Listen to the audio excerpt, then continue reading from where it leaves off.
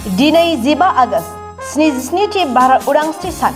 बे उदांस्रि सानखौ लोब्बा लाखिनानै धेमाजि जिल्ला सानजारि नोगोर बर' कसारि अनसाइ गाव हायुङारि खुंथायनि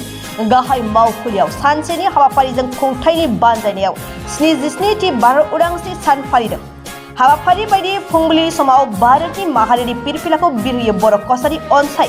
गाव हायुङारि खुंथायनि गाहाय मावफुं सोद्रोमा मिहिनेश्वर बसुमतारिया फिरफिला बिरहोखांनायनि उनाव माखासे बेसेनगोसा बिबुंथि लाखिनानै ओरैबायदि फोरमायोदि बर' कसारि अनसाइ गाव हायुं खुंथायनि गाहाय मावफुं सोद्रोमाया 13 कौटि 50 लाख रांजों बर' कसारि अनसाइ गाव हायुङारि खुंथायनि रायजो राजाफोरखौ सामलायनायाव गोब्राब जादों आरो उननि समाव रांनि बाजेट मिलायोब्ला सामलायनायाव गोब्राब जानाय नङा होननानै फोरमायो। मख'नो गोनांदि बे हाबाफारियाव गाहाय आलासि महरै बाहागो लायो बर' कसारि अनसाइ गाव हायुं खुंथायनि मासिगिरि आरो सोलोंथाइ मन्थ्रि अनिल बसुमतारि बिथाङा। हाबाफारियावनो माननि आलासि महरै बाहागो लायो खौसेथि बर' सुबुं आफादनि आफादगिरि मनरन्जन बसुमतारि, बर' कसारि अनसाइ गाव हायुं खुंथायनि लेङाइ मासिगिरि सृजन बसुमतारि, बर' थुनलाइ आफादनि नेहाथारि चर्जिला वारि आरो हाबाफारियावनो गोबां माहारियारि आफादफोरजों लोगोसे फरायसुला फरायसुलि आरो फरायसुलिनि फोरोंगिरिफ्राबो बाहागो लानानै हाबाफारिखौ मेहेरगोनाङै जाफुंसारहोयो। अनसाइ गाव हायुं खुंथायनि जानानै दिनै 15 आगष्ट भारतनि जानाखि 77 इन्डिपेन्डेन्स डे बेवहाय जों खुंथायनि जानानै आरो मासिगिरि जानानै नोंथांमोननि चेनेलनि गेजेरजों जोंनि खुंथायनि सिङाव जेसेबां बर' रायजोफोर दङ लोगोसे आसाम आरो हादोरनि बयनिबोसो मोनसे गाहाम हामलायनायखौ जासिग्रोबाय। दिनै सानजारि नोगोर सिमेन्ट सापरियाव जोंनि खुंथायनि जानाखि खावलायनाय लेखा जोंनि बे हाबाफारियाव जा स्पन्टेनियास भाबै स्फट'स्फुर्त भाबै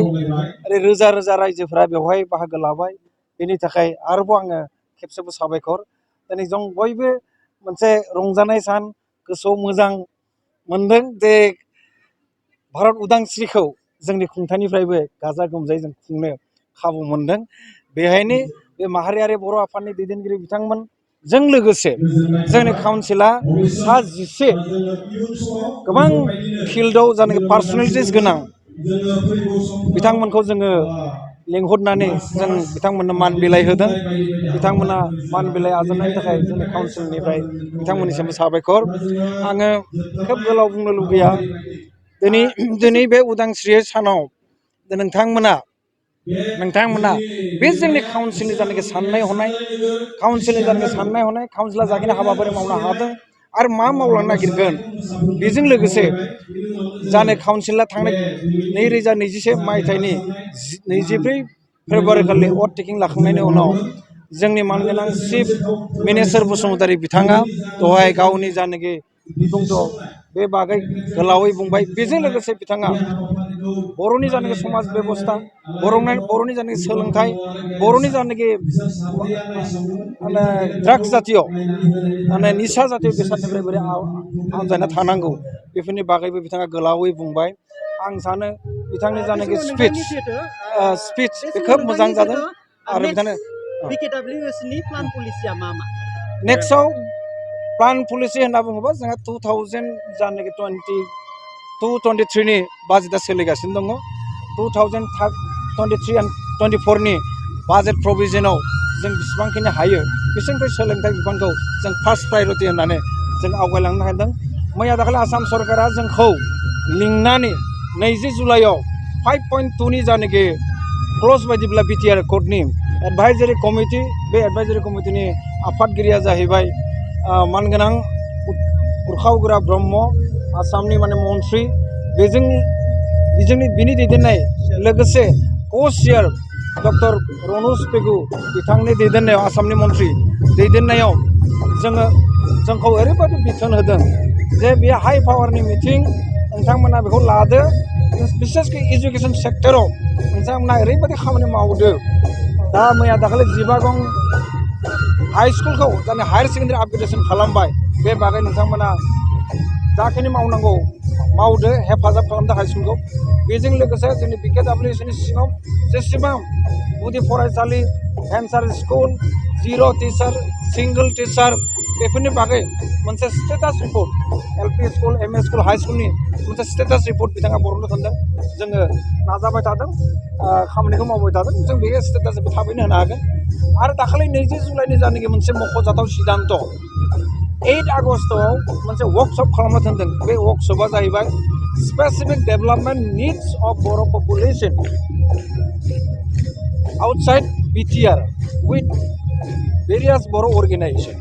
बे टपिकनि सायाव माने बिटिआरनि बायजोआव थानाय बर' गामिफोराव गोनांथार माखासे हाबाफारि लानो आसाम सरकारा जा मोनसे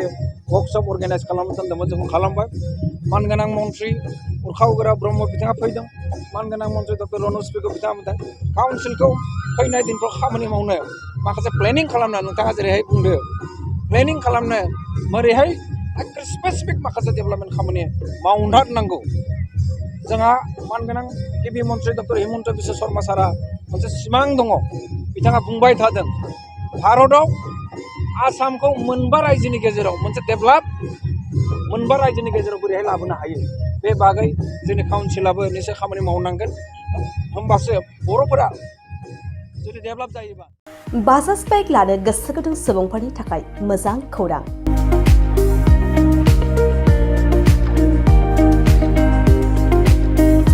क'क्राझार जिल्लानि सेरफांगुरियाव थानाय पंका एन्टारप्राइज बाजाज श'रुमआ इन्डिपेन्डेन्स डेनि स्पेशल अफारखौ लानानै फैदों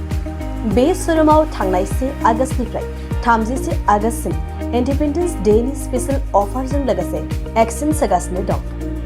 बायग्रा सुबुंफ्रा एसेल' बिबांनि रां होग्रोनानै प्लेटिनियानि गासैबो बाजाज सिटिनि गासैबो मडेल आरो पालसार 125नि गासैबो मडेलफोरनि बाइकखौ आरसि इन्सुरेन्स लाफानानै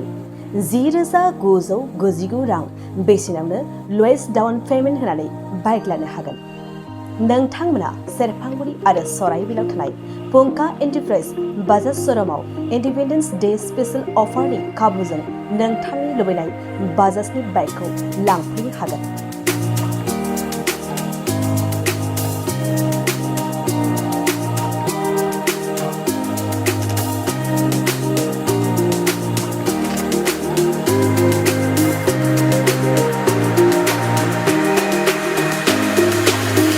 खाबुफोरा जादों 5 लिटार पेट्रल फ्री गंसे हेलमेट फ्री बाइक बायगिरिफोरनो 1,000 रां केशबेक हरफिननाय जागोन